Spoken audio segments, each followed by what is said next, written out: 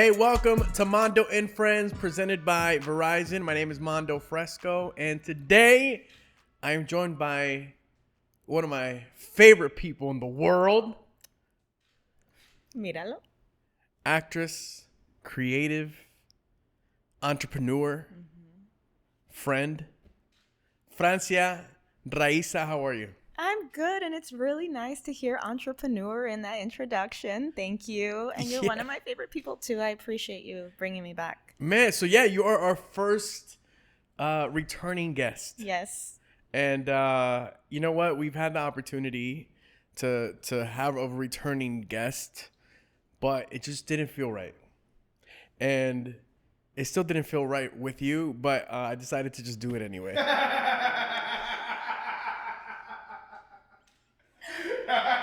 Well, you know what? I appreciate it, and you won't regret it because it's going to be like a party today. I like that. No, you know what? With you, you're fam, you know? Yeah. And I know that you're up to a lot of big things and some exciting news that's coming. That it's not has coming, it's here. Yeah. And I want to talk all about it. So, in the last time that you were here, we talked about your journey. Yeah. You know, we talked about when you fell in love with your craft. Mm-hmm. And now I want to talk a little bit more about the entrepreneurship side. Yeah. You have started your own business. You're getting into the what do you call it, like the food industry? The food industry, yes. I'm entering the food industry. I'm learning about business. I am learning a whole new world that I didn't go to school for, that I've just been learning as I've been building and growing, and thankfully I've had a really good team to educate me on the way, but it's definitely different. I've spoken to a lot of lawyers and litigators, and I'm like, I don't know what I'm doing. Tell me this again. People have had to talk to me in script form to help me like understand the language of business. So it's definitely been a journey for the last 2 years. I dyed my hair since the last time I was here, and I'm just like toda otra persona. It's like it gives me spicy red. Ooh, thank you. I'm in my Jessica Rabbit era. Yeah, yeah. Speaking of spicy, you see that transition, Fred? You like that, huh? I like how you did that. I liked how you did that. I appreciate that. I want to talk about your salsa. See. So that is sort of like your first foot into the food industry. Yes, it is. And you are releasing a salsa, 2 salsas. Yes, a red and a green flavor. Talk to me about that. Wow. So I've been talking about my salsa for a couple years now. And honestly, it was just kind of a test to see if this is something I should do. I started making salsa when I was 18. I moved out of my house, and I was excited to just live life on my own and not be pressured into my culture, I would say. And I think we talked about this before, pero, you know, growing up, it wasn't cool to eat or be Mexican or brown. Now it is. Thankfully, things have changed. Are changing. But back then, I mean, I remember taking a bean burrito to school, and I got made fun of. Ew, beans, they make you fart. And I'm like, Yeah. you can't put bean burritos in my lunchbox anymore. And I was trying to learn more like American stuff. And I think you and I have kind of talked about it before. It wasn't just food. It was music. It was style. It was everything.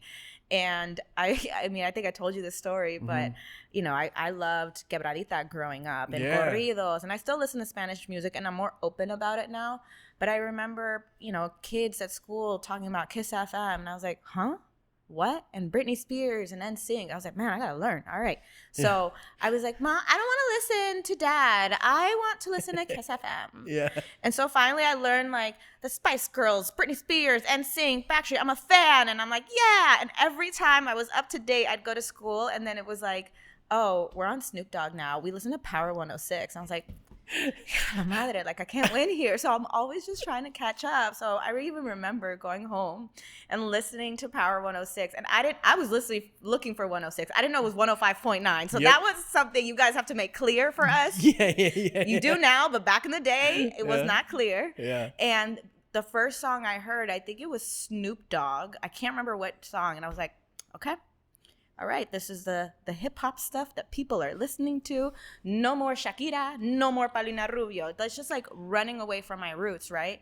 And we had homemade Mexican food every day. My dad had someone cook, and I remember moving out and be like, I'm gonna eat whatever I want.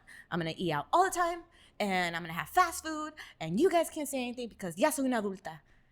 And that lasted for about like 2 weeks before I was like, I'm starving. And Postmates didn't exist back then, so I would literally like have to leave my house and pick up food every time. And estaba trabajando. I was always tired. So I went home and I was like, Mom, like I need to learn how to cook. But like one thing that I was missing the most was salsa. I was like, no food has flavor, and I just couldn't find anything on the shelves that tasted like home. So she taught me. And it's been 20 years since I learned, and I guess I make it better than her now because she told me that. Oh, nice. That's quite the cosign. I know, especially with my mom. Like, she's that Mexican mom that's not like, ay, mija, ¿cómo estás? I'm so proud of you. Like, she'll be like, pues no andes haciendo esas cosas. So for her to say she likes it, I'm like, it's a win. Yeah, but like parents have I mean, there's some pride and sometimes ego in their cooking, right? Like, for her to say, you know what, te sale mejor, you know, you do it better than me, that's huge. Oh, I tell everyone, and every time I say it in front of her, she's like, I see. Like, she rolls her eye. But it's to the point, like, I don't know if your mom does this, but like, let's say, like, she made flautas the other day, right?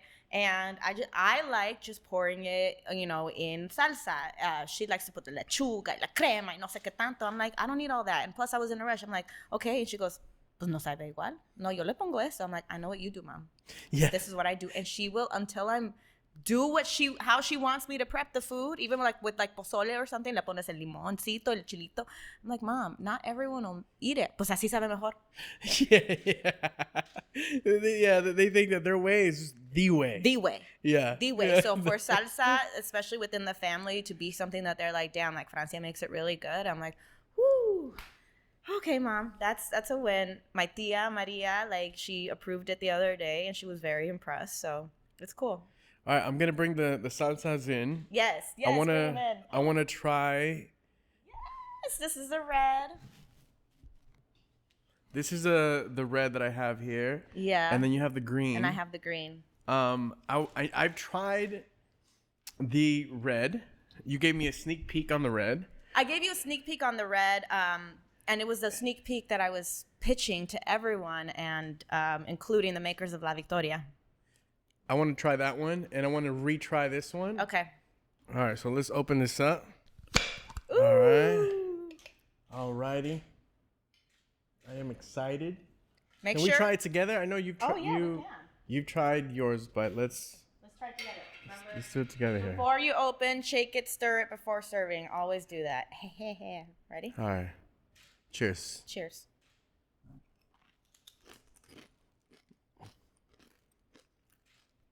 That is so good. Yay! That is so good. Oh my God. This is good too. All right, now, one thing that I am not a fan of, it's when I'm watching something on TV and someone says something and they're like, oh, this is awesome. This tastes great. Now, I know you're watching and you're listening. I am not just saying this for the camera. I'm not just saying this because there's a mic in front of me. This is one of the best salsas I've ever had. Thank you. It's so good. I want to tell you, we were talking to my parents. My mom makes delicious salsas. This is up there. Damn, thank you. This is really, really good. Gracias. Francia, and is shout out to La Victoria. Salsa crafted by Francia Raisa. Yes. How does that feel to have your name on that? It's still wild to me. Like, no la puedo creer. I actually just saw the final product recently when I was shooting for it. So I got to try the green. And, oh, mira, you keep eating. I love it. Thank you so much. Míralo. Let's trade. Okay. Well, you tell me the end of that story. Okay. I don't even remember. So when I was shooting my content for the release of this, it was the first time that I actually saw the labels in my name. And I was like, oh my God, this shoot, it hits different, because usually I'm promoting other people's brands and stuff, and to have it be mine and, have my ideas be listened to and actually even understand how creative I am in this space. Oh, what do you think? Amazing. Amazing. You guys got to try this. If there's any left after the show. Yeah, the shoot was different to me, and I learned, the more creative side of me. Here's a lid. The more creative side of me, and one of the PAs even was like, "Have you thought about directing? Like, you have so many great ideas," which was really incredible to hear. And it's just been a fun process. It's also been stressful. Starting a business is hard, and I'm nervous, I'm so glad you like it. And anytime I give it to someone new, I'm like, just please be honest with me. Please be honest with me, because I worked really hard to make sure it had a little taste of home. It does taste like home. Thank you. It does taste like home. Hey, Mando here. Right now, you can have everything you want on the network you really want. Introducing my plan. Get exactly what you want, only pay for what you need. Starting at just $30 per line per month for 4 unlimited lines with autopay plus taxes and fees. From there, you decide exactly what goes in and what stays out of your plan. So you pay for what you want. Head over to Verizon.com/Mando right now. You said Verizon.com/Mando, right? Yeah, Verizon.com/Mando, but we're still shooting the commercial. Oh, I'm sorry. No, you're good, man. Get exactly what you want, only pay for what you need, starting at $30 per line. All right, let me help you out. Yeah, okay. All right, so you go here. Now, for you, what's the difference between the red and the green? I mean, it's different tomates. Like I use red tomatoes for the red one, and I use tomatillos for the green one. And, I just switch it up with the chiles. And honestly, I just feel like when I'm cooking, my ancestors just say, así, así, así. And when I say my ancestors, I mean my grandmother. Yeah. I don't know what it is, because I didn't grow up cooking. I did not know how to do anything. I still don't even know how to dice a tomato properly. But for some reason, when I'm in the kitchen, it's like I'm shocked, but I feel like my grandmother's in me, especially when it comes to the salsa, because there are things that I do. My tia watched me make it the other day, and she was like, tú haces eso diferente, ya. Okay, yo no pensé en eso. Por eso sabe así. En serio. I'm like, wow. Thank you so much. Yeah, I mean, so I know that the story behind the salsa, it goes beyond a business for you. Yeah, it does. It's you mentioned your ancestors, your grandma. Mm-hmm. So do you feel connected to this product, and do you feel like you're making your grandmother proud? Yes, I do feel like I'm making my grandma really proud. And that was actually the one thing that my mom said when I first told her about this, when she first saw the labels, and she was like, ay, mi mamá estaría tan orgullosa. And I'm not going to say it yet, but, when I come out with my actual brand, God willing, this goes well. Yeah, So and it please will. buy it, everyone. Then I'm going to name the company after my grandmother. So, like, it's very special to me because, to me, this is my modern take on my grandmother's recipes. I was running away from my culture for so long. And now that I've really immersed myself more in it, I'm the happiest I've ever been. And I know I said that last time, but that was because I was doing a lot of the internal work. When I understood what I was lacking and that started coming into my life, like you and I have been chatting a lot more. Most of my friends are Latinas now. And, I've been going to the Hispanic Heritage Youth Awards, Youth Foundation Awards. I'm the new youth ambassador for them. I joined the visionary board for the NHMC, and I'm just meeting so many paisanos, and it's so beautiful to just be able to hear both languages. And even on set, when I was filming the other day for everything, the director was Mexican, our DP Mexican woman. It was all Latinos, and even my hair and makeup team, who are also Mexican, said it was kind of cool to be on set and hear both languages being thrown around. Yeah. And it's made me happy to be able to bring my heritage into the world again and not to be so embarrassed about it, and more so where my family's from. My mom is from Jalisco, Mexico, from a small town called La Cienega. And you have to land in Guadalajara and drive. And now you 3 live hours. on La Cienega. Now I live on La Cienega. Every time I see that sign, I'm like, that's so funny. But it's cool. And I know my grandma's proud. Unfortunately, she passed away in 97. And Sorry to my cousins, but I know I was the favorite. So to be able to bring this to life is really cool. Yeah. Something about grandparents, there's a different connection. Yeah. Right. And, I always think about my grandmother on my dad's side because I just interacted with her, more. And from time to time, like, I just get these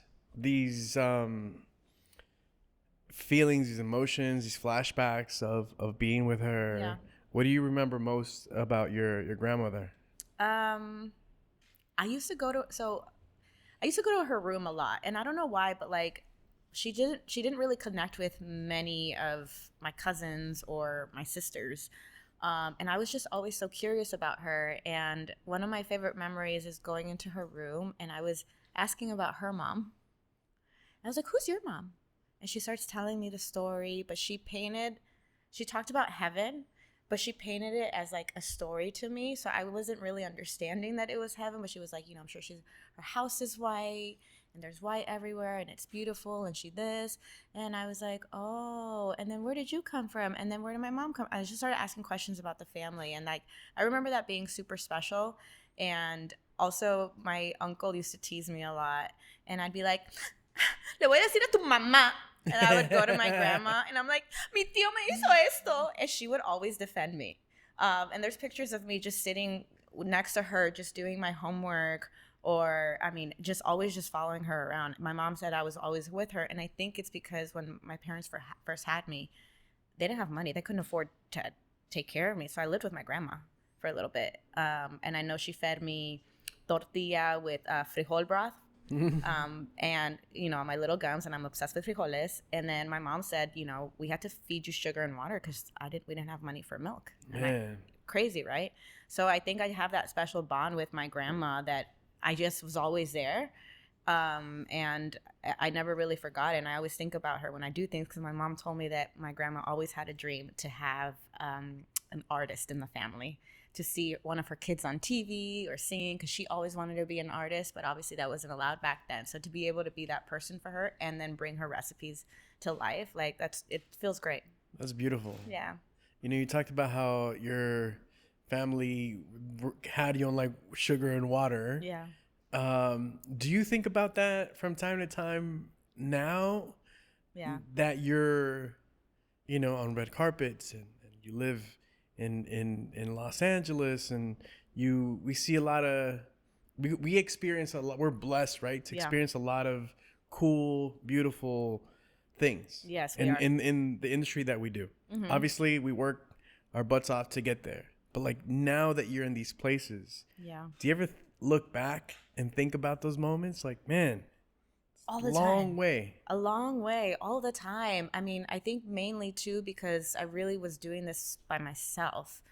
I grew up with my dad being el cucuy de la mañana, so I grew up privileged early on in life. I think he started making money and his name, I want to say I was like 5 or 6 years old when it was really starting to grow. And I remember we were living in a 3-bedroom house in Van Nuys, and we didn't move out of there. I was in elementary school, but I remember those days. I remember sleeping in a tent inside of an apartment because we couldn't afford furniture, so that was how we kept warm. Man.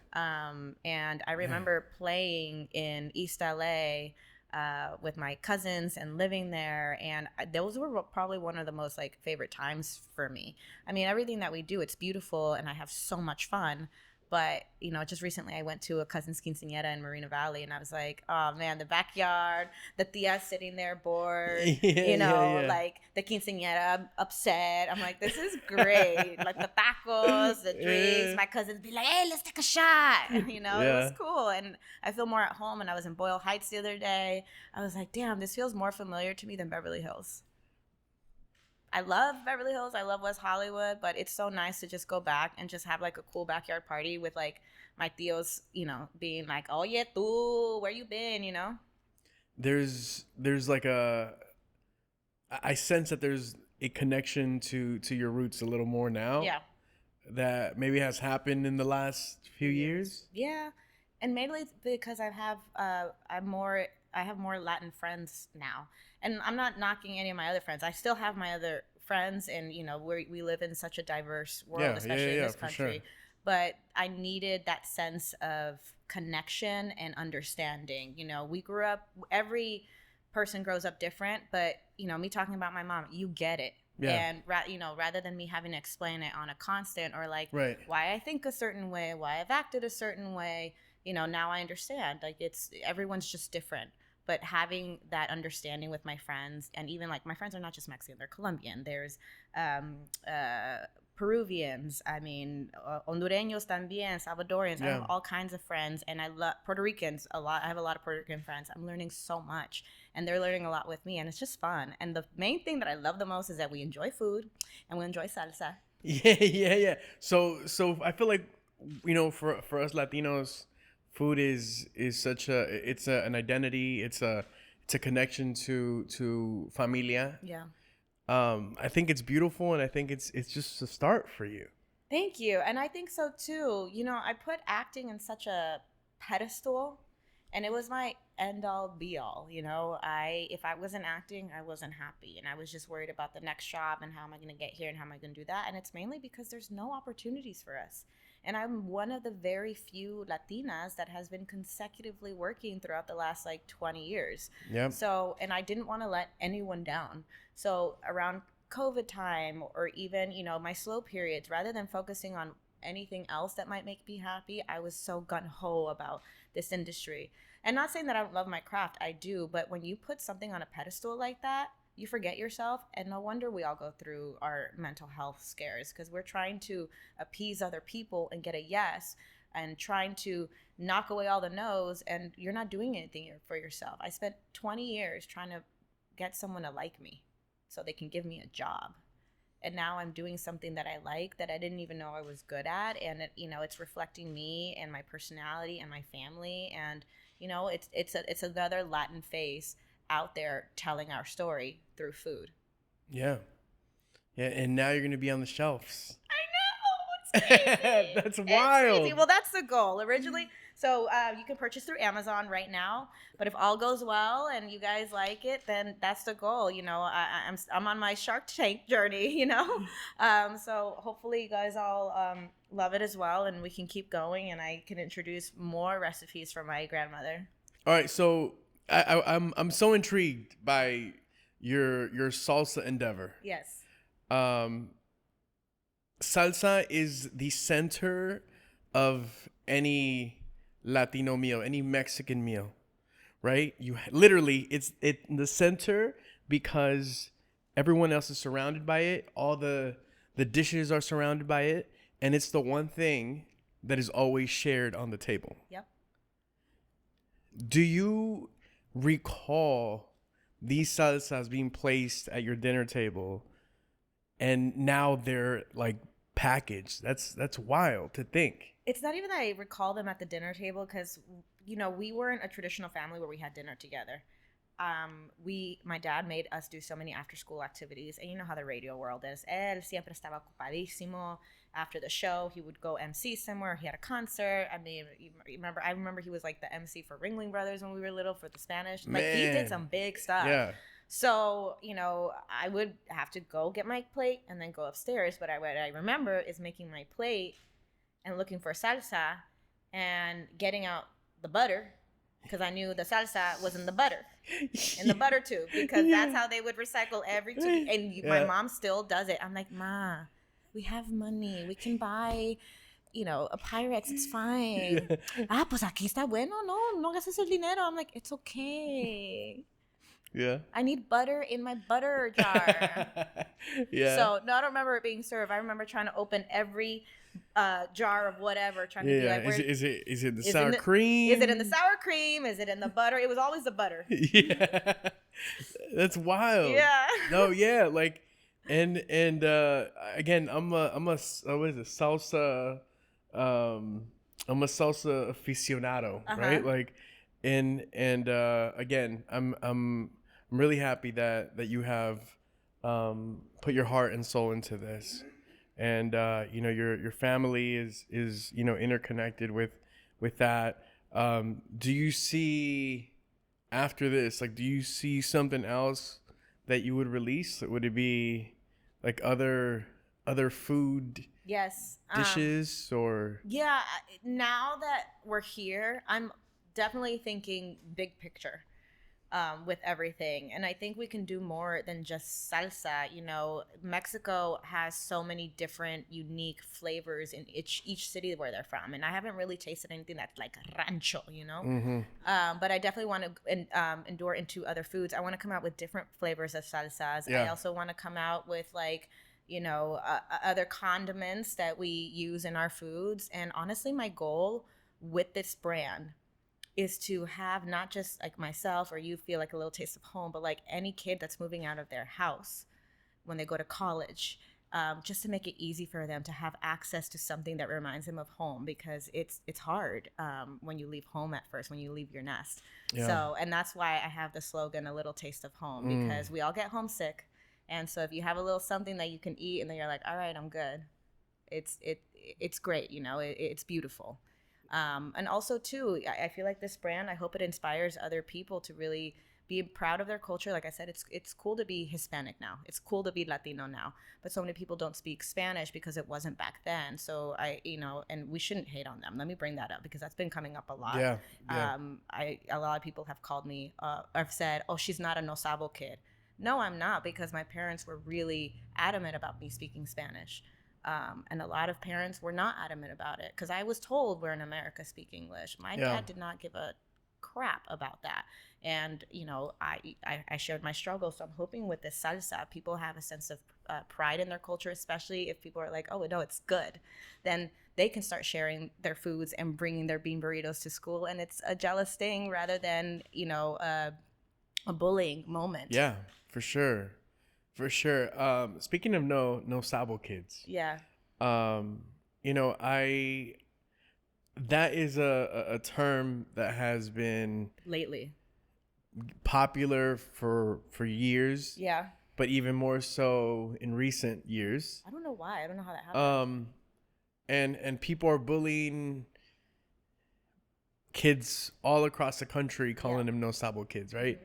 I don't think there's anything wrong with being a person that doesn't speak Spanish. Not at all. Not at all. You know, being Latino enough, you just have to be alive. Yeah, exactly. You know? You just have to be alive and, like, again, stop trying to hide from who you are. I think my sister did a thesis on this or something, but the more you run away from your roots, the more that you're affecting not only your mental health, but your actual health, your physical health. Because stress, what does that do? It gets us sick. Ultimately, your body can't handle it. And trying to identify as another person. I mean, listen, I call myself a Mexican, Honduran, American, but I don't forget those two. And I say Mexican, Honduran first because those are my roots, those are my ancestors, and I was born in America. Yeah. I love being here. I love the opportunities I have, and I know that I'm very, very lucky. We're all very lucky to be doing what we're doing right now. But we have to remember that we have fought to get here. Again, it was not cool back then. So it's not my classmates' fault or their parents' fault, right? Because it was not a trend for so long. And now I hear so many people like, man, my parents never taught me. I wish. Now I regret it. Now I regret it. Yeah, but we should still celebrate the fact that you're on a Latin project. Like this was some of the crew, that you're on a Latin project, that you're trying, and that you're immersing yourself, and then now you're actually proud to speak out. I am Latin. Mm-hmm. I am Latin, and I love it. And it does Spanish. The language doesn't make it. It's the heart. 100%. I couldn't have said that better myself. Thank you. I think about, you know, kids that are bullied as no sabo or labeled no sabo kids, and I know that it starts as a joke, but like it's not a joke to those labeled, right? You know, not a lot of these kids are trying, like you said, they're trying to speak, even if it's mucho, right? Yeah. Hey, sometimes I forget Spanish words. Oh, you know? Yo también, you know? For sure. Yeah. For sure. I was talking to a friend of mine and his father yesterday, and I was only speaking Spanish to the dad, and you know, it's my first language. It doesn't. I do have to think about what I'm gonna say. I'm fluent in Spanish, but still, like, I have to think. Cuesta, and doing both is hard. Right. Yeah. Right. Because I was talking to Yeah. his son in English, and then I'm talking to the dad in Spanish. And you know, it doesn't make you any less Not at all. Latino, Latina, It doesn't. Latinx, you know, that you can't speak a language. No, listen, our generation especially, we remember life without the internet. We remember pen and paper, and now everything is digital. I'm still not over the fact that floppy disks are gone.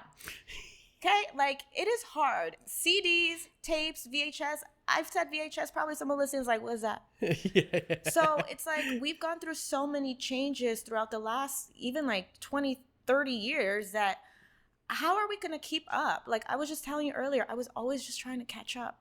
Oh, Kiss FM. Oh, Power 106. Oh, now we're on hip hop. Oh, and I'm like, it's tiring. For sure. And we all are always talking about not judging people, mental health. Everyone has come clean. I'm going through this. I'm going through that. Let's just stop and just start supporting each other. Like, what do you win by talking about people? Yeah. And what do they win? Nothing. No one wins anything. Oh, you feel good for 5 minutes? Why? Because you made someone feel bad? Okay. Watch, all the comments are going to be like, you. No, you know, I agree with you in the sense of just empowering and elevating, you know, helping each other rise. We have to. The African American community figured it out. I have not seen a group so united and they support each other. And now the Asian American community, same. I don't know what's happening with us. It's getting a lot better. We're championing for each other a lot more. You know, even with the strike that was happening, you know, Latinas acting up. I was out there with Diana when I could, and Lisa and Gina Torres, who have been spearheading the whole thing. And, you know, we're learning to support each other's projects. But the thing is, we're still texting each other. Hey, do you mind helping me promote this? And I want us to get to the point where we're not texting each other con pena asking. It's like, that's my girl. Watch this. Amazing. There's opportunities for all of us. And the more we start doing that, the more we can get greenlit for our own projects. 100%. And the more that we can start helping each other. And, you know, the biggest model for that is Eva Longoria. I cannot believe that I know her. I've never met Jennifer or Salma or anything, which, you know, I'm not upset about it. But, like, she knew who I was when we first met. And that has meant a lot to me. So I go support.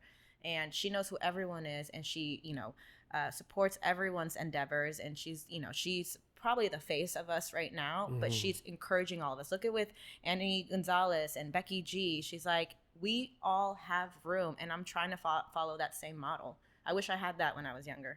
Yeah, I see it. I see the change. Yeah, it's happening, but girl, it still gets catty, Mando. Don't get it twisted. Yeah, for sure. I feel like that happens everywhere. Overall, right? Everywhere. But I feel like that is definitely, you know, something that I've seen has changed. I mean, this show has been successful because of that. Yeah. You know, because I'm supporting and it, you know, and it comes back. And it comes right back. Yeah. Isolating ourselves was not it doesn't help. But at the same time, I think we were put in a position to isolate ourselves because there wasn't a lot of opportunity. You know, it's like in every project, they're looking for just one Latina person or one Black person and one Asian person. And then, you know, the amount of times I look at a script and I'm like, who got hired? They already have a Latin. I'm never going to get the other part. Why not? Because that's how it works. Y ojalá eso también cambie, you know? Yeah. But again, none of us get mad at each other anymore. If anything, I call my friends like, I'm not right for this. You should go out for this. That's beautiful. Thank you. I have told you this before, and I'll tell you again. You know, you have been on camera. You've been on, you know, the face. Sometimes you are, because you said sometimes there is just a token. Yeah. You know, fortunately and unfortunately. Yeah. Right. But you represent, you know, Latinidad so beautifully. Thank you. I never feel like you're watering it down. You know, I never feel like you're trying to be something else. Thank you. I appreciate that. There was a couple times there where I was trying because I wasn't booking and I was like, what do I need to do? And I remember I even got like, I went a little more blonde in my hair and I was so depressed. I mean, I look back at those photos, I'm like, who let me do that? But I mean, it only hurt me to not represent who I was. And very Latina. I love Latin music. I'm more open about it, and I really appreciate how much it's being appreciated by my audience. Yeah. Yeah. And then again, you're proud of where you come from. Yeah, I'm very proud of where I come from, and still representing and still going to the quinceañeras. And honestly, it's the most comfortable I am is when I'm around my people. Like I said, I was in Boyle Heights the other day. I wasn't scared. I was walking around like, hey, what's up? Yeah. I grew up around here. You did, right? I was born in Paramount, and we lived in East LA, and that's where my grandmother lived. That was around the time that my parents couldn't afford me. We lived in Santa Ana. I mean, we were all over. My sister was born in Compton, and then ultimately we ended up in the San Fernando Valley. Arleta, Sylmar, Van Nuys. My favorite memories are probably in Van Nuys. So when Northridge came about, we were like, ooh, look at us. Yeah. I remember we had white neighbors when we moved to Northridge. And we were like, what's going on? And we would throw our parties, and it was always like Vicente Fernandez. Like we would hire mariachis, and it was. Wait, you would hire Vicente Fernandez? No, we would hire mariachis and play Okay. like play Vicente Oh, Fernandez. like damn, you guys are flexing. Oh, you want? I could flex. My quinceañera, Jose went. No way. Tucanes de Tijuana and Conjunto Primavera performed. No way. And Jose Feliciano. Wow. Ana Barbara, I believe, was there. Like, no, I can flex my quinceañera. Sheesh. Yeah, and then I was so excited about that, but then when my dad spoke, I was like, get off the stage, it's about me. He spoke for like an hour. I was like, we don't have a lot of DJ time. Yeah. You know, the quinceañeras are always worried about the DJ. Yeah. No, that's nuts. So you had La Chona being performed live at your quinceañera. Why do you guys think I'm obsessed with La Chona? Like, I have that flex. If my Sweet 16 existed when I did that, I would have been all over it. Because I was a brat too. It would have been great content. That's crazy. Yeah, Los Tucanes de Tijuana way and Conjunto Primavera. That's pretty wild. Conjunto Primavera was during the dinner. Like, can you imagine? We weren't even dancing. We were like, what? Yeah, my sweet 16. Sweet quinceañera. Quinceañera would have been so lit. I know. You know, that show came out the year after, so they were already filming. I'm like, damn, we didn't even hear about this. Because, like, a quinceañera would have been lit. But also at the time, I don't know if they would have done it. Do you have video of that? Yeah. Yeah. There's a DVD crazy. somewhere. There is. And I have pictures, too. So I'll show you one day. They have them. That's so dope. I didn't know that. Yeah. That's awesome. I had, like, 700 people there. Well, because my dad. Yeah, no, yeah. Your pop, so he was just a radio legend, and I would open shop. My dad has a glass shop. Okay, I would open shop, and my pops would only listen to your dad. That's crazy. So when I was opening shop, I was maybe let's say at this point maybe 12 years old now. Yeah. And I would open the business, and I would sweep and mop before my dad got there. Wow. And who would I listen to?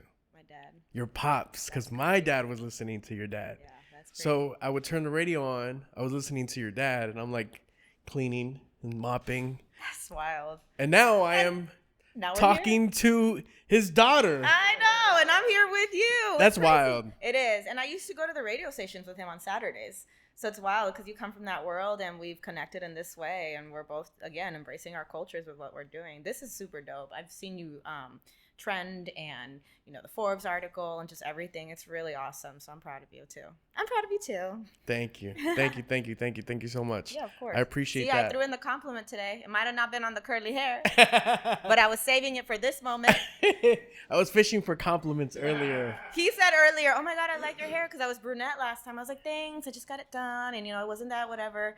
And he goes, yeah, and, I'm fishing for my compliments too because I did my curls. I'm like, yeah, sure, looks great. Looks cool, bro. You know what? We should compliment men more often. It's true. We really should. I don't know why. I get really shy. Do you? I do. That's see, when I think of you, the perception of who you are, it's just like this, just confident, always 100% of the time. I'm an introverted extrovert. Yeah. I know how to turn on Francia Raisa just like my dad turned on El Cucuy de la Mañana. Yeah, right. So that I'm used to. The camera's on, the mic's on, I'm ready. But in the back, I was like this.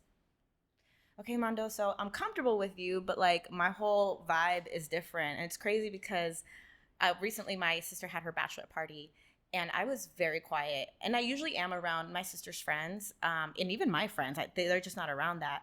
And I remember we went in a restaurant and I told the host, I was like, oh my God, I love your outfit and da da da, whatever. And we sit down and after a couple drinks, one of the girls was like, why do we get such a stoic bitch when we all hang out, but I know you can turn it on? I'm like, do you want me? Because I'm comfortable right now. Or do you want me as Francia Raisa when I turn it on? And I turned it on because they're taking care of our meal and I want to be grateful to the staff. I'm always grateful to anyone that, is helping us. But like with you guys, it's not that I'm quiet and I don't like you guys. I'm just comfortable. So I'd rather just be in my little corner. Yeah. And I'll have conversations like we're having right now, but I'm not going to be like, do, oh my God, guys, shots. I'm not 25 anymore. And I'm tired. And all of you are tired too because you're all 30. So you know how I feel. Well, last time we talked, you had quite the party. Which one? Exactly. Was it Maluma? Because I always have a party with Maluma. Dude, that was the best concert I've ever been to. It was so fun. Was it after Maluma? I don't know. I think it was because I was in a boot. And yeah, man, that must have been a crazy turn up. Yeah. You ended up in a boot? Well, yeah. Well, you know what? The first time I went to see Maluma, I got COVID afterwards. And then this time I ended up in a boot. I don't know why. You shouldn't go see Maluma anymore. But I love him so much. I knew every single song. It was the first time I knew every single song in a concert. It was a blast. Have you met Maluma? No. I don't know if I can. He's right here, Maluma. No, empieces conmigo, cabrón. That's not funny. And you were lying, now I'm hot. Oh my God, now I'm sweating. Whew, I got Botox in my armpits too, and it's still sweating. I'm all about the comedy. It's real. Okay.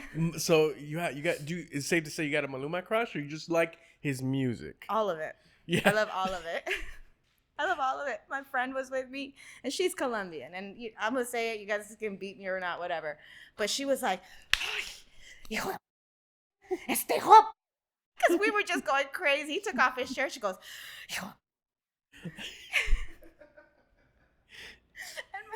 and she's bisexual. She loves women more. But with this guy, she's like, it's so funny. So yes, all of us are like, hi, Maluma. Yeah. Maluma's great live. I'm hot now. Yeah, we got some water. We even got you a matching straw. I know. I should drink some water. When it comes to shows and music, I know you're super passionate about that too. You have a dancing background, right? I do. It's funny. A lot of people don't know that about me, but yeah, I was pursuing a dance career before acting came about. I started dancing when I was 5. Every style you can think of: tap, ballet, jazz, hip hop, Irish tap. I mean, Polynesian. The reason why my hips don't lie is because I learned how to dance Polynesian, Tahitian, which is Hawaiian style. Yeah. And it helped me book Bring It On. I was very green at the time. I was speaking out of my and just trying to figure it out. I had never been to an acting class. It was just something I always knew I wanted to do. And when I read the part of Letty, I was like, I just heard my cousin's voices, and I was like, I'm gonna play it this way. And I got a call back. Actually, I'm glad I'm telling the story because check what happened. I got a call back, and I'm doing everything. The last audition was the dancing part, and that's when I was like, what? I'm here. And it was at a studio by Millennium, and I was training at Millennium at the time, and I was just at home. Now, I didn't book the part right away. Why? I was 17 years old, and so they needed to hire a set teacher for me, and they didn't have the budget to do that. And this is no shade to anyone, but this was real back then. And so I was a senior in high school, and my manager said, if you can emancipate yourself, you got the part. And I was like, okay. So at the time, because I was 17, a way to emancipate yourself was to graduate from high school early. So I tested out of my senior year. I didn't have a senior year. I passed barely. And as soon as I called my manager, it was a Saturday. I was like, I have my high school diploma. So she called production, I got the part immediately. I show up to set. There's a set teacher for Hayden Panettiere. Wow. No shade to anyone. I know we are in a different time, but now thinking back on it, I'm like, why couldn't I get a set teacher? Why did I have to skip my senior year of high school to be on set so I can get this job? And obviously it changed my life, but I'm talking about it now because of the struggles that we have to go through as artists in this industry where we sacrifice, memories that most people have. I didn't get to go to my senior year homecoming. I don't know if I would have been prom queen. Like, I don't know, And because of that experience, I didn't go to college. I was so determined to be an actress. I was like, I can't go to school and act at the same time. And I wish I would have known back then that it was possible. Thankfully, the Yara Shahidis of the world really changed that narrative, and I'm grateful. But it was definitely an interesting time to have to be working like an adult, and then Hayden would turn into a pumpkin, and she was a year younger than me. Did she have some fame at that point? Yeah, but she definitely did. It was before Heroes, though, so she booked Heroes right after that. Yeah, she did. But again, she was Caucasian. For I sure. was supporting, For sure. Yeah. I feel like in the last, and you can tell me, if you feel the same way, in the last decade, there's been this, and maybe even more, maybe the last 2 decades, but in the last decade more so, a pivot in Latinidad just being cool. Yeah. And becoming cool and cooler, and Taco Tuesday being cool. Okay, that's something we all made up. And Cinco de Mayo is something America made up. Oh, yeah, we don't celebrate Meatloaf Mondays, right? No. That's because being Latino's cool. Yeah. And our food is cool. And you know it's what I'm saying? And it's good. And that's what I'm saying. Like you said, every party you go to, and especially like right now that's like football season and sports and all that stuff. What's the one thing that you expect? Salsa. And I was like, all of this is terrible, which is why I started bringing it to people's houses. Like, we need better salsa. This is not how it's supposed to be made.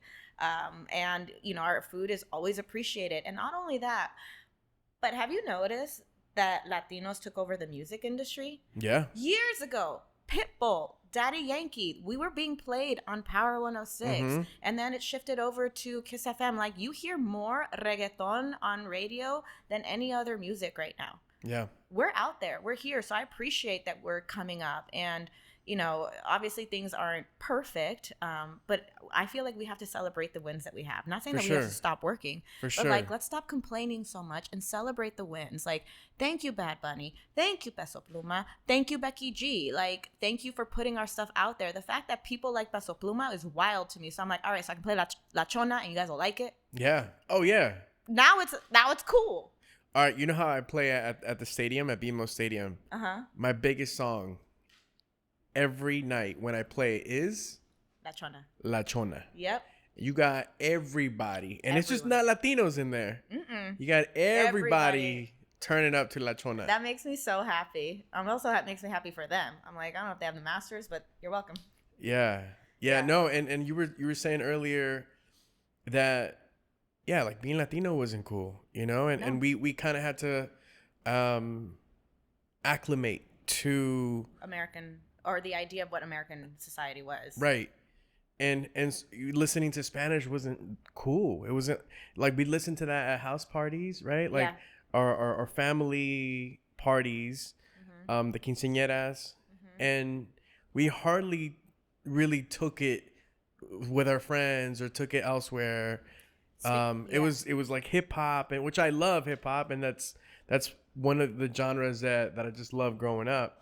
But it wasn't like, oh, let me listen to Los Angeles Azules, like it just wasn't part of like the coolness in what culture was then. You didn't see Los Tucanes were played at every party. You didn't see Los Tucanes on the VMAs. Or Coachella. They freaking played Coachella, man. Now they're at Coachella. Yeah. Now Peso Pluma's performing at the VMAs. Yeah, and Becky G. Look at all that stuff. Yeah. No, it's incredible. You know what makes me sad about what you just said and mentioning quinceañera? I'm over here like, yeah, Tucanes played, Conjunto Primavera played. But at the time, I didn't enjoy my quinceañera when I was 15. I had a terrible time. Why? Because I started hearing my friends complaining that they didn't understand anything and they wanted hip hop. And so I started stressing out because I thought no one was having fun. Wow. And so I was crying more than I was enjoying the moment. And now thinking back, I'm like, damn, I really wish que aproveché ese momento con los Tucanes and Conjunto and just everything that was going on, because it's such a flex now. But back then I was like, I'm sorry, Dad, stop talking. No one understands you. And it was like probably 10 people out of the 700 that were there that got to me. 700? My dad, bro. My dad. Okay. My I dad. had like 700 friends. I was like, I didn't even have like. Well, let me tell you. Mira, mi papá tenía sus amigos. Yeah. Mi mamá tiene 9 hermanos, 2 hermanas. I don't know why I started speaking Spanish. My mom has 9 brothers and 2 sisters. That's when it starts getting real, when you start speaking Spanish. It starts and 2 sisters. And so I have a ton of cousins. And then I have my friends from high school. And then the friends that I went to elementary and middle school. And then my sister's like, well, I want my friends. And so it was just like I had to invite everyone in the family. That's how it ended up like that. It still sounds crazy, I know. That's 700 people is a lot of people. That's Yeah, a but concert. when you start adding, but listen, how many families would love that if their kids would do a wedding with 700 people so they can invite the entire familia? Yeah. You know, my dad was rich, so I was like, pay for it. Now I'm like, damn, I should have taken that money. Yeah. My mom gave me the option, or you want the money, or you want the quinceañera. No, yo quiero la quinceañera. Dumb. That's. I mean, It's not dumb. I'm glad I did it. it's a beautiful memory, and It is, but also I cried because I was stressed out that we weren't playing enough pop and hip hop. isn't that like hindsight? That's pretty wild to think now, right? Yeah. And now I don't know any new hip hop artists. I can't tell you. I'll be like, you know who this is? I'm like, I think I've heard that song. But again, there's a shift. There's a shift in code. Like it's happened in hip hop too. Yeah. Like there's a shift in hip hop too. You know. No, cierto. I mean, Nicki Minaj is featured in Tusa. Right. Yeah. Right. No, and it's just. I mean, I love hip hop. Hip hop has changed a lot. Oh yeah, you know? It has. And you know, it's just music. It overall has changed a lot. I love hip hop from back in the day. Yeah. Are we sounding like our parents? For sure. Yeah. They don't make them like they used to. They don't make them like they used to. But here's the proof that we're right, because the early 2000s are back. Yeah. The fashion. I mean, someone recently asked me if I had any vintage baby fat. I'm like, what? Who wears baby fat? Oh, it's back. And I was like, when? Where? Is Rockaware coming back too? Like, what? I got some Fat Farm in the back.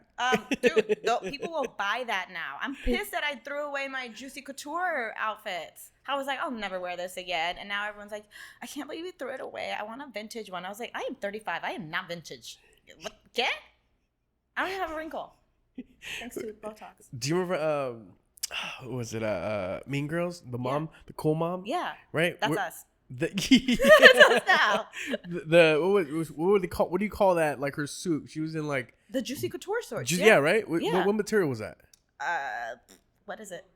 Velour, right? Velour suits. Velour suits. Yeah. That's back. It's back. I noticed. I'm not going back, but I noticed it's back. Yeah. Listen, we had it great back in the day. Music has changed. I would love for hip hop to come back to where it was before, you know? Yeah. I can't believe it, because even back in the day, I remember when DMX came out, I'm not going to say, I went to Catholic school, and I remember being at a Catholic school dance and up on the wall. And now when I hear these lyrics, I'm like, these kids shouldn't be listening to this. Right. But I was definitely back in the day, be like with Ludacris, I wanna lay. Yep. Singing all that. That's why I don't judge music today too. Well, now that I sometimes. think back, yeah, you're right. Do you remember Kia? Oh yeah. Yeah. Yeah. Do you remember Pretty Ricky? Yeah. I loved that whole album. Pretty Ricky. Who were you listening to in high school that you still listen today? Who are you like listening in your car? Everything. Fat Joe and Ashanti, and I mean, I listen to everything. Gwen Stefani and Eve's song, I play that's Blow Your Mind. I've listened to that all the time. I was a big Coolio fan, so apparently Gangster's Paradise, I was rapping it when I was little. My cousins will be like, you remember Coolio? You love him. I was like, no, but you know what? It makes sense.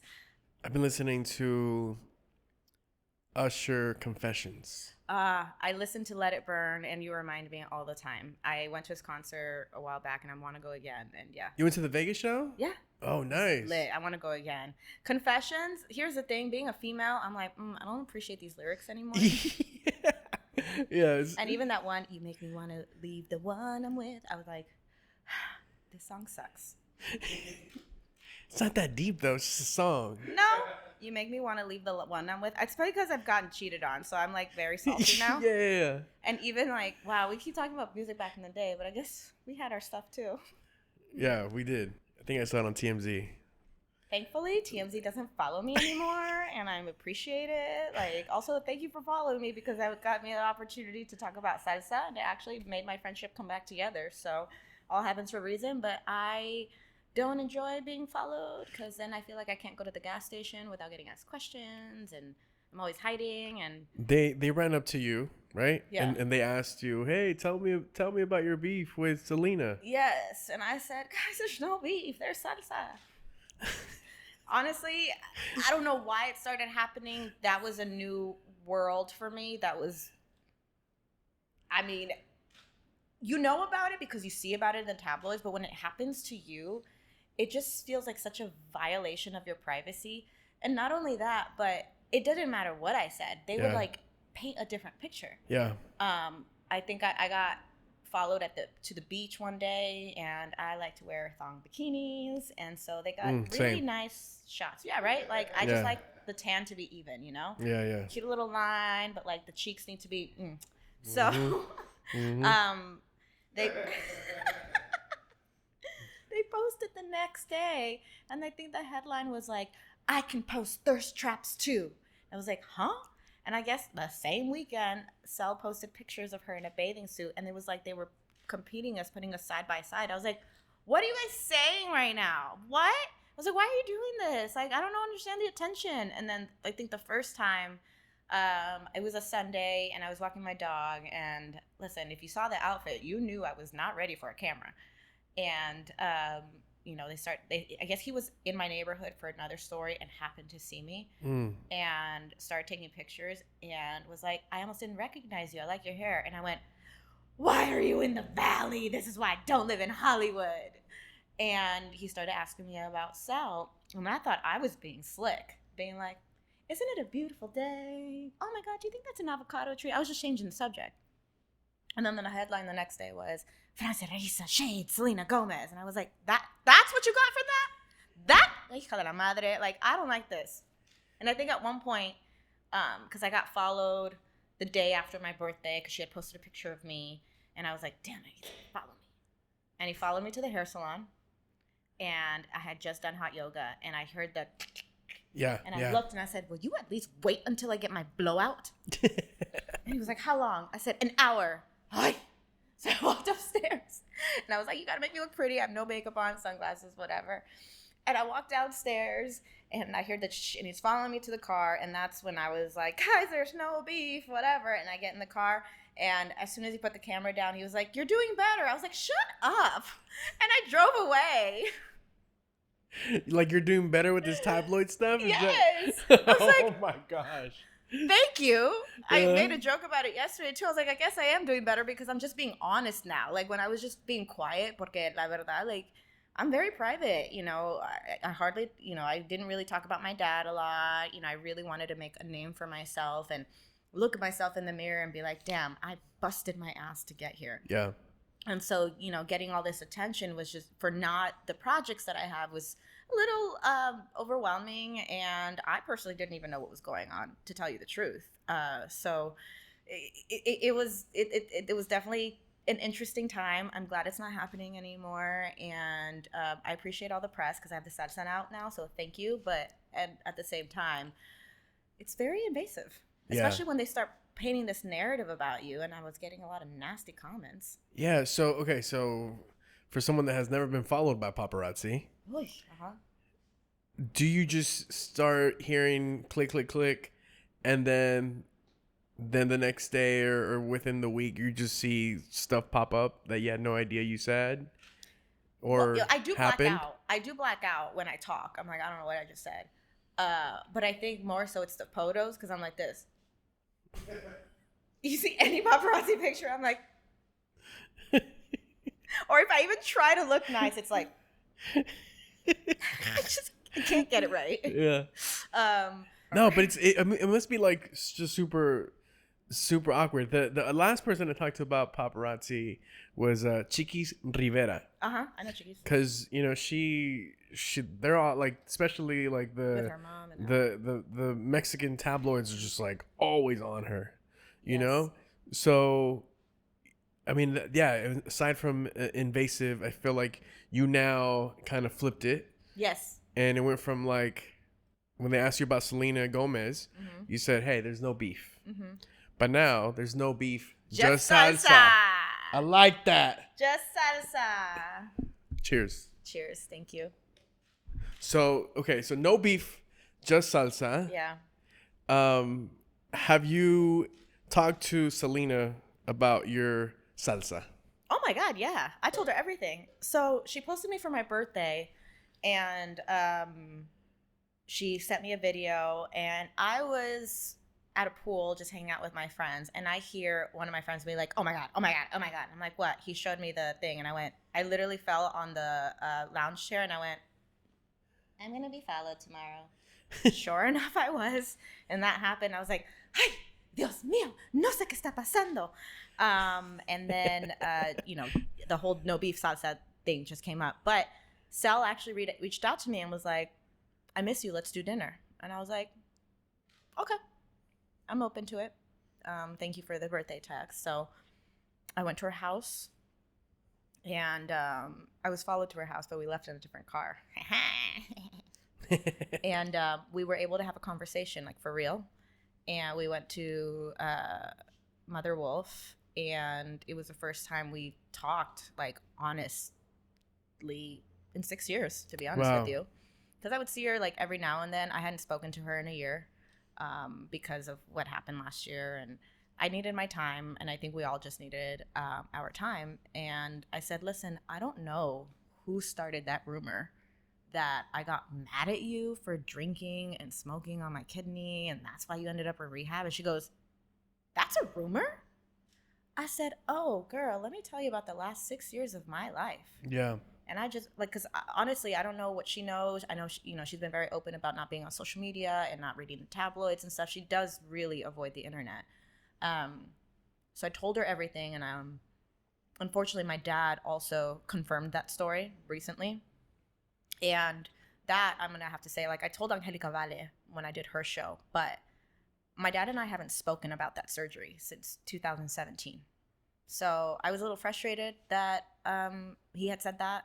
I think he was just trying to, I don't know, protect me in some way. I don't know, but it's not true. Yeah.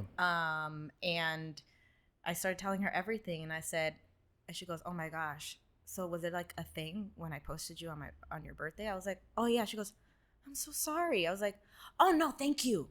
Now I'm saying thank you because let me tell you what I'm doing. And I told her about everything, and she was like, oh my God, I love that. And then I even showed her the tabloid where it said, Francia Raisa says there's no beef, just salsa. She goes, oh my God, I love that so much. I was like, so we're going to do something with this. Yeah. And I have the salsa, and I would love the help. And she was like, obviously, like, I love your food. Because I was cooking food for her, I mean, since we became friends. You know, she's half Mexican and half Caucasian. And when we started hanging out, like, again, my Latinidad, I started making frijoles guisados and salsa and carne asadas and stuff. And she was always looking forward to it. And sopa and flautas. And so she was pretty much like, this is the most you thing that I've heard, and I'm so excited for you, and I can't wait. So I really appreciate it. Man, that is, I would say, more than a bonding moment. Like, that's such a full circle moment in a sense. And salsa did that for us. You know, timing is everything. I don't know why it happened around the time, but I mean, I think it was serendipitous, and really like the universe bringing us back together at the right time. You know, she just turned 31, I'm 35, and you know, we go through different seasons in life. You know, you hit a turning point when you're 18, and then when you're 25, and then when you're 28, because you're like, oh my god, I'm getting closer to 30, and then 30, and then you know, I'm in my mid 30s now, and I'm just not the same person. And you know, I mentioned this recently. We trauma bonded when we first met, and I think it's beautiful, but it also comes with not consequences, but it comes with rocky patches. And sometimes people grow faster than others. And I think we just needed time apart. We were spending a lot of time together. Yeah. A lot. And she had a lot of stuff that she had to figure out. And sometimes when you go through a heartbreak, the people in your life that were there, they sometimes need to not be there because we have too many opinions. And we saw too much, and you almost need like a clean slate to start over. And I was going through my own stuff, and I remember even when I talked to her, I was like, I'm sorry for all the things that I did. I went through a really, really rough time growing up, and that's why I said it had nothing to do with the kidney. You know, growing up being with a famous father was hard. Yeah. Not only that, but like my first relationship ever was very, very traumatic. I've never really been open about that, but he was a lot older than me. He was 19 years older than me, and I met him when I was 15. So that was 5 years of my life, and that really affected me a lot throughout the years. And it wasn't until 2020 that I understood the situation, being a teenager with a much older man. And I've been doing a lot of healing from it, and that's why I'm here now. And speaking of mental health, like I'm on Zoloft now, and I started that in January because although I've done a lot of the internal work, there was a chemical imbalance that I had where I just could not get out of bed. Yeah. And especially around the time that I would start menstruating, because I recently, you know, explained that I have PCOS, I went through I would go through a dark time just crying in bed. Imagínate esto. I can't get out of bed. I'm on a hit show. I have the salsa coming out. So many great things are happening. And my friend, who is fighting cancer for the third time, comes over and lays in bed with me to try to get me up. And I'm sitting there crying, and I said, I need help because I can't believe that you're literally fighting to stay alive and you're trying to get me out of bed when I should be helping you right now. Yeah. I'm sorry. And so I called a psychiatrist. I'm on medication, and I feel better. I feel way better. Sometimes it is just a chemical imbalance that we just can't control. Right. Yeah. I got emotional. Sorry. Yeah. No. Thank you for sharing that with me and us. And, Yeah. you know, it's, mental health is something that is way deeper than just seeing a therapist sometimes, or just, you know, even just taking medication. Like it's deeper than that, or it's even deeper than just having to talk to a friend about your problems. Like it's deeper than that. Yeah, you know? it's deeper. And like even with talking to your friend about your problems, they're going through their own stuff too. And Yeah. we all do it. You can tell me something right now, and I'm thinking of something that's relatable. So then I start telling you my story, and then it becomes about me. And Yeah. we're just trying to help. And that's why I love therapy so much, because I don't know anything about my therapist. I don't know if she has kids. I know she has a husband, but like I don't know anything, because she really just talks to me about me and, you know, goes through life with me the way that my parents couldn't, because they didn't know how. Mm-hmm. And so I'm understanding things a lot better. But again, because I did all the internal work, it was okay for me to seek a little more help just to feel a little better, especially because with my hormones, I cannot control my emotions. Like it got dark. Yeah. Like suicidal dark. Yeah. Yeah. I've heard stories, you know, and It's hard. and it gets, and you know, again, I don't want to make it about me either, you know, but like you're not alone. You know, Yeah. there's a lot of people that have, you know, those thoughts and those feelings and those emotions. And, you know, the beautiful thing about what you have done is that you're looking into improving that in your life. Yeah, and I mean, improving your life. Yeah, and it's still there. But I feel like I'm on the other side of it. Like Yeah. when you start therapy, you're like, I'm never going to feel okay. It's never, when is it going to get better? Because all you hear out in the media is like, I'm going through this, I'm going through this, I'm going through this. And I'm here to say like, yeah, but now when I go through something, I have such a different eye for it. Like anything that could go wrong the last couple of weeks did go wrong. did I fall and be like, oh, this sucks, and go in my bed? I was like, no. Now I'm in a place where I'm like, well, it's going wrong because it's going to be successful. So let's see how I can pivot this. And it's all about just pivoting and having just a positive mindset. But it's hard to get there. So I'm here to tell you, I was with an older man when I was a young kid. That does something to you. And we can talk about it another time. Yeah. I'm going to be more open about that. I grew up with a famous father, and, at home, it wasn't the best situation either. My dad came from a really hard background, and, that came into my home. And I never thought, honestly, when people hear my story, the one thing I hear is, I can't believe that you're not under a bridge shooting up. And I don't know how I'm not. I don't know how my sisters aren't. I don't know how we turned out the way that we did. I'm grateful we did. But going back to what we were talking about, I don't know how I would be able to get into this place and yet help my friend get to the place that she's at. Right. How? So the time apart was beneficial to both of us, and now we're in a healthier place, and now we can support each other's endeavors. I don't know if you've talked about this before. What made you give your friend a part of you, part of your body? No, I haven't. I knew I was a match immediately. This part I have said. The minute she told me I need a kidney and she was on the floor crying, I knew I was a match. Now, growing up, you've heard my dad. What was my dad famous for? Giving and helping. Both my parents are the same way. My dad was always giving back to the community, always donating money, to the point where my mom would get upset. She's like, why are you giving $100,000? Like, we need that money, And he's like, help my community. So all I knew was helping. And, when El Terremoto in El Salvador happened, at 11 years old, I went down there and I skipped school for a week, and I was carrying 60 pounds of food on my back, and I was 65 pounds. And I'm helping these kids. I think they named a school after me. And even my mom recently, I have a bunch of clothes that I don't use anymore. And so she takes it back to La Ciénaga with her in Mexico, and she gives it out. And there's a woman, she was telling me that her husband died and she has kids, and she brought the clothes. She's like, here, sell them. And she was like, oh my God, Virginia, gracias, because this is going to help so much. And when I realized that, I was like, of course I gave a kidney, because that's all I know how to do is give. Yeah. Like, I would have done that, for my sisters, but obviously with her, like, we just had such a special bond, even though we trauma bonded. Like, we really are like family. Like, I took her in like a little sis, and I know that's how she sees me as well. And so, again, ups and downs. So it was just not a question. It was as if, like, Irlanda or Italia would have asked me, who are actually my biological sisters. Yeah. Where do you hope to take the relationship from this point on? I don't have plans to take it anywhere. I think I just missed my friend, and I'm just glad that we're, in each other's lives again. Yeah. And it's at this level, Yeah. we're both in a way healthier place. I do my thing, she does her thing. She calls me to hang out, and I'm like, I can't, I'm busy. And she's like, boo, you. And then I call her and I'm like, hey, let's go out. And she's like, I can't, I'm busy. I'm like, oh, boo, you. Mean Girls reference.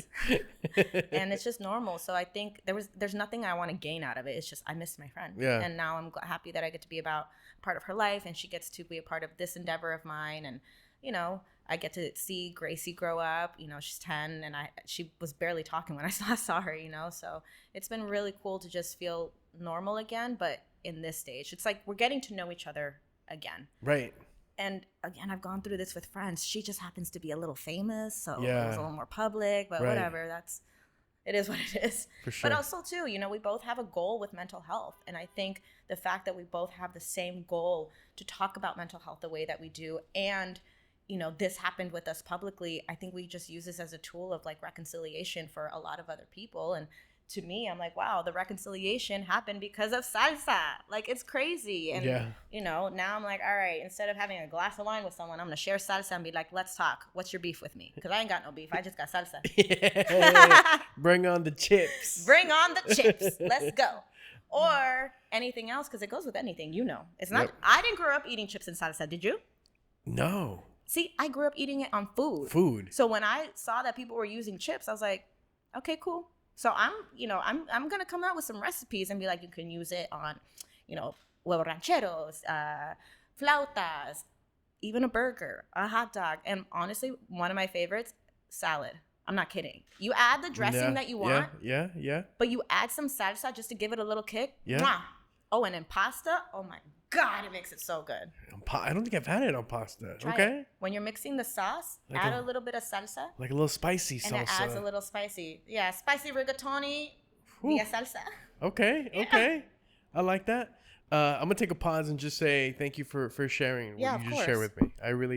I really do appreciate that, and Thank you and for I listening. appreciate you. You know, I appreciate you for listening. You know, I think with you, I'm most comfortable sharing this kind of stuff because we've had, you know, a long history and because of what we talked about last time. Yeah. It's all love, always. Always. With your salsa, with your endeavors, your business, your brand, where do you want to take it in the next year or two? Oh my gosh. Okay, so I want to be in stores after this initial launch. I want to introduce the actual name of the brand. And my goal, honestly, when I went to go see Maluma, I was like, my salsa. So I want to put it in arenas. I want to put it on cruise ships. I want to put it everywhere. You know, it's delicious. It's good. And, you know, you can use it on anything. So I'm hoping that I also start a nonprofit along with this company. Not so much geared towards mental health. Yeah, everything is mental health, but more so there are so many kids that grew up similar to me and like don't know their right from their left. And I want to build a community where they can understand the difference between living an American life and being a first generation and like understanding, you know, their roots and why they're growing up the way that they're growing up. I want to, you know, be able to talk to kids that translate for their parents right now and help them translate for their parents or help the parents. Like there's a whole idea that I have around my story that is not new. I'm just the only one that's really talking about it right now in this way. And has the platform for it. Yeah. And now, and I don't take that lightly. You know, I've been told in the past, you are a Latina that we look up to, and I take that very seriously. So I want to be able to build, you know, not just the platform, but the space to where we can bring community together and really help out mentally, emotionally, financially, hopefully. You know, a lot of women, my main thing, you know, abuse is a big thing. And because I went through it myself, leaving is hard. Yeah. Leaving is really hard. And even with what I went through with dating an older man, like it's easy to fall into that. I understand at the time it is consensual, but now that I'm the age that he was when he met me, I see things differently, and I understand why a lot of people have a hard time. Watching the documentaries when the girls are recounting the stories, if you notice, they're always giving an excuse. But I was so young. I was 15. Because when you think back, you're like, how was I so stupid? Yeah. Like, ¿cómo no sabía? Like, what? You get so mad at yourself. And the reason I'm talking about it now is because I'm in a place to talk about it. And I really want to build a community where we can support each other. Someone that I ran into a couple years ago, she looked familiar, but I remember her. And she just looked at me and she was like, it happened to me too. And I started crying and I pulled her aside and we were sharing stories. And she said, can I ask you something? Have you had a healthy relationship since? And I was like, I don't know what that is. Man. And now with everything I'm doing, she actually sent me a message recently. She was like, to know that someone that went through this reached the other side and is succeeding the way that you are is so inspiring. And because of that, I'm starting to talk, because it is so easy to be victim and be depressed because it is such a violation of your youth. That was my life from 15 to 20. It was such a violation of my youth. And I think it's important that we start talking about how it affects us, why it's wrong, and how it affects us mentally just as young women. Because, of course, I was like, he's older. Oh, my God. I'm so cool. Yeah. But it makes you grow up too fast. And now I wish that I, did a lot of things that I didn't experience. Yeah. Yeah. I was, being controlled. For sure. Yeah. Even with style. I don't know if I dress the way I dress because he used to dress me or because I like it. I still go through that. But I'm a lot happier and I'm a lot more aware, and I'm trying not to let it bother me anymore. Like, yeah, I wear streetwear. I like it. I used to be a dancer. Yes, he introduced me to it, but I own it. Mm-hmm. Crazy, right? That I haven't talked about much. to hear you talk about these experiences and like you said, to see you on the other side, or to even say attempting to be on the other side on your journey to, that's huge. It's huge. Even with dating, I'm dating different now, which is weird, but it's huge for me. It's huge. It's different, and I think we should like teach each other how to properly date, because it's hard. I mean, people ask me, "Well, how are you still single?" I'm like, I went through something, and I've been having a hard time. And it's also hard to tell a guy when you're, or a partner, like, it's also hard to tell them, like, hey, I went through this, because it's a lot to take in as someone on the other side. No. Yeah. Imagine we were on a date and I was like, so I went through A, B, and C, and now I'm talking about it publicly. Like, I'm sure that's a lot. But I feel like even talking about it publicly, you're not just doing it to share it to us here. No. You're doing it for yourself. I'm doing it for myself, and I'm doing it for those girls that went through it after me, because I didn't say anything. Yeah. It's that truth. You're just allowing that truth to flow out of you, so it doesn't live inside of you. Yeah, so it doesn't live inside of me. And like I said, me arrepiento because the police came to me and I lied. Yeah. Because I was defending him, and he was my world. Yeah. Yeah. And like, am I mad at him? No, I'm mad at the situation, but I know he also went through abuse. I'm not saying it's not his fault. He made a choice, and we all make choices, and we are responsible for our choices, but it's all a generational effect. My parents went through generational trauma. It passed down to me, and I'm trying to cut that cycle, because if I ever have kids, I don't want them to go through that. I know they're going to go through stuff, but not this. Yep. Absolutely not. Again, that's huge. Yeah, thanks. You know, just trying to break generational cycles, generational traumas, trying to say that stops with me. Yeah. And it's hard. It's hard.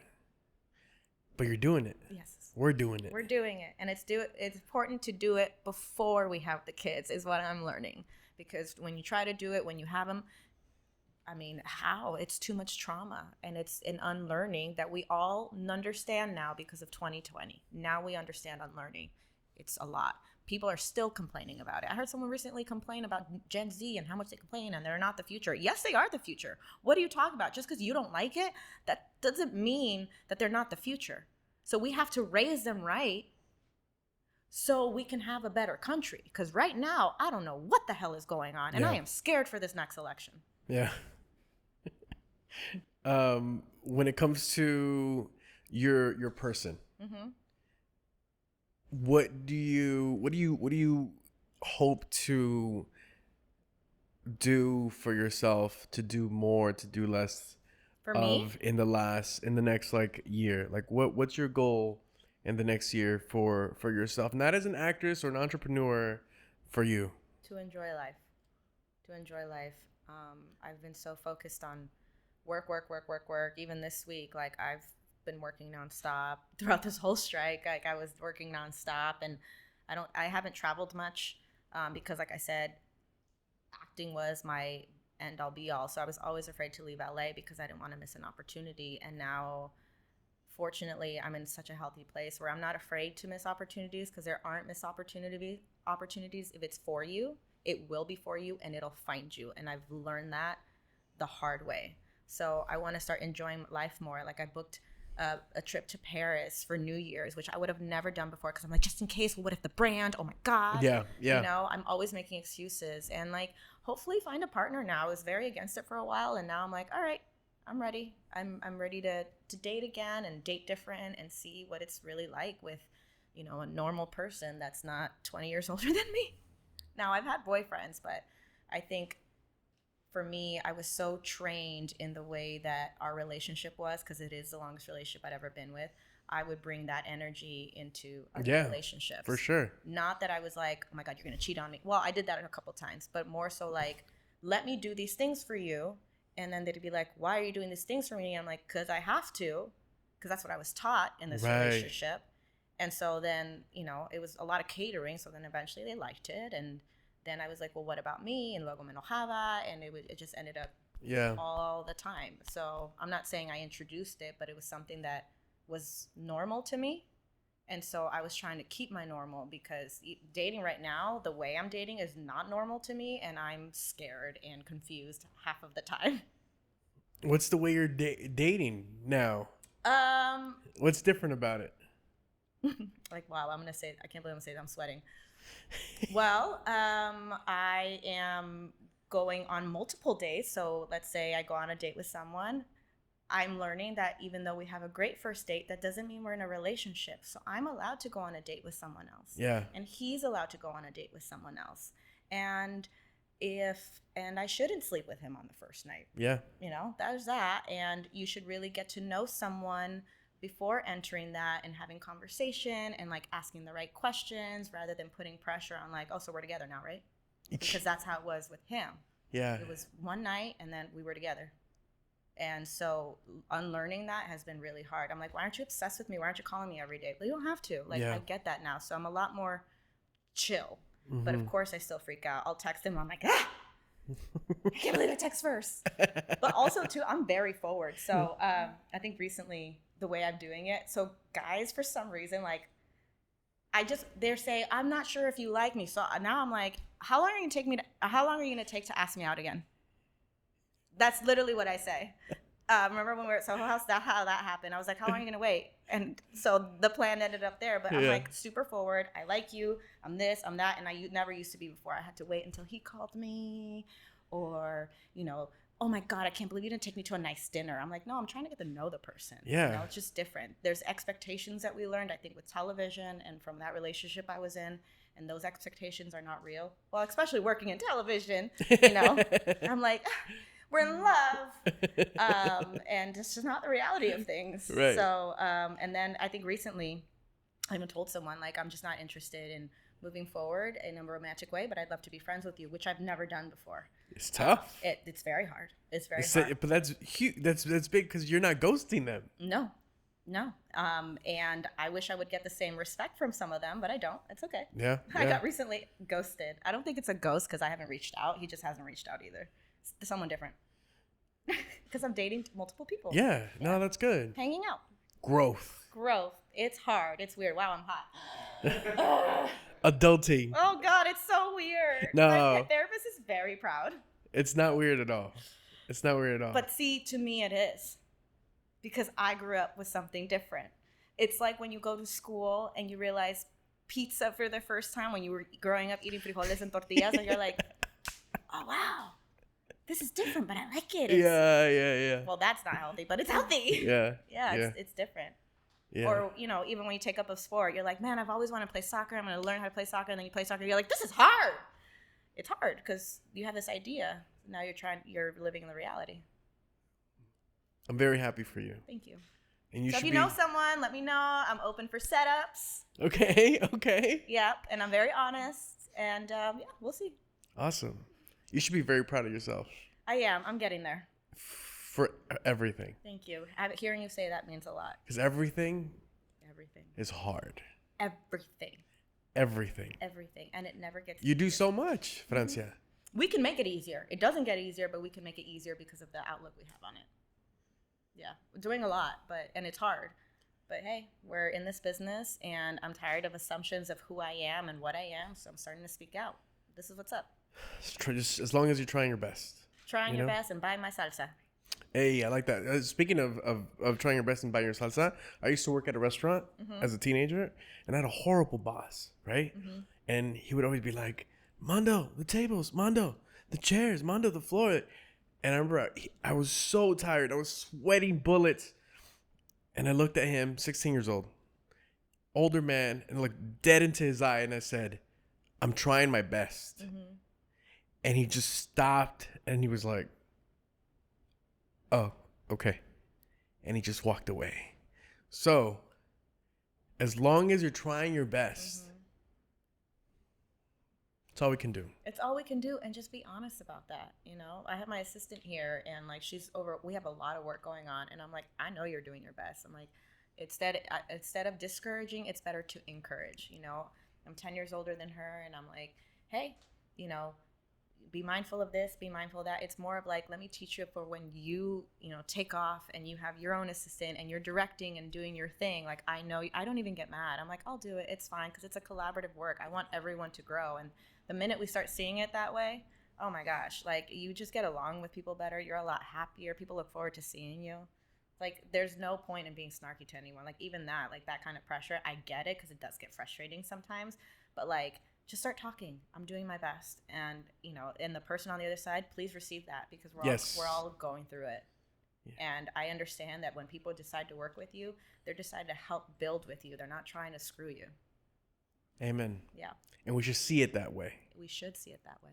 Shout her out. Syra! Hey. She's amazing. She's awesome. She's great, right? Oh my God. I'm like, please don't ever leave me. Like, I know you want to be a director, but like, please don't ever leave me. She's the best. Now, before I let you go. Yeah. Let's do rapid fire one more time. Ah, cabrón. Okay. Favorite food dish? Salsa. I would say, okay. I follow me on this. Best genre to dance to? Ay, Dios mío. I mean, lately it's been reggaeton for me. No, bachata. Salsa.